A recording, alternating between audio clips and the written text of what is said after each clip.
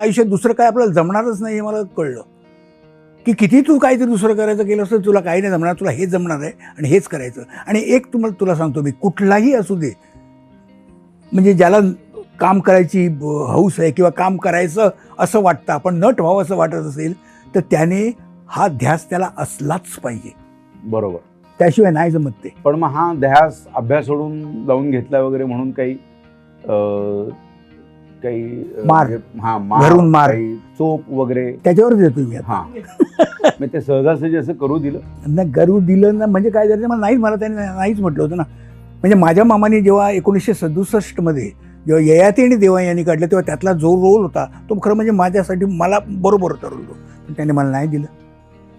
माझ्या मामाने पण नाही मला दिलं आणि माझ्या वडिलांनी पण सांगितलं, तू नाही काम करायचं, तू या इंडस्ट्रीत जायचंच नाही. वाव, अप्रतिम. याचं कारण का,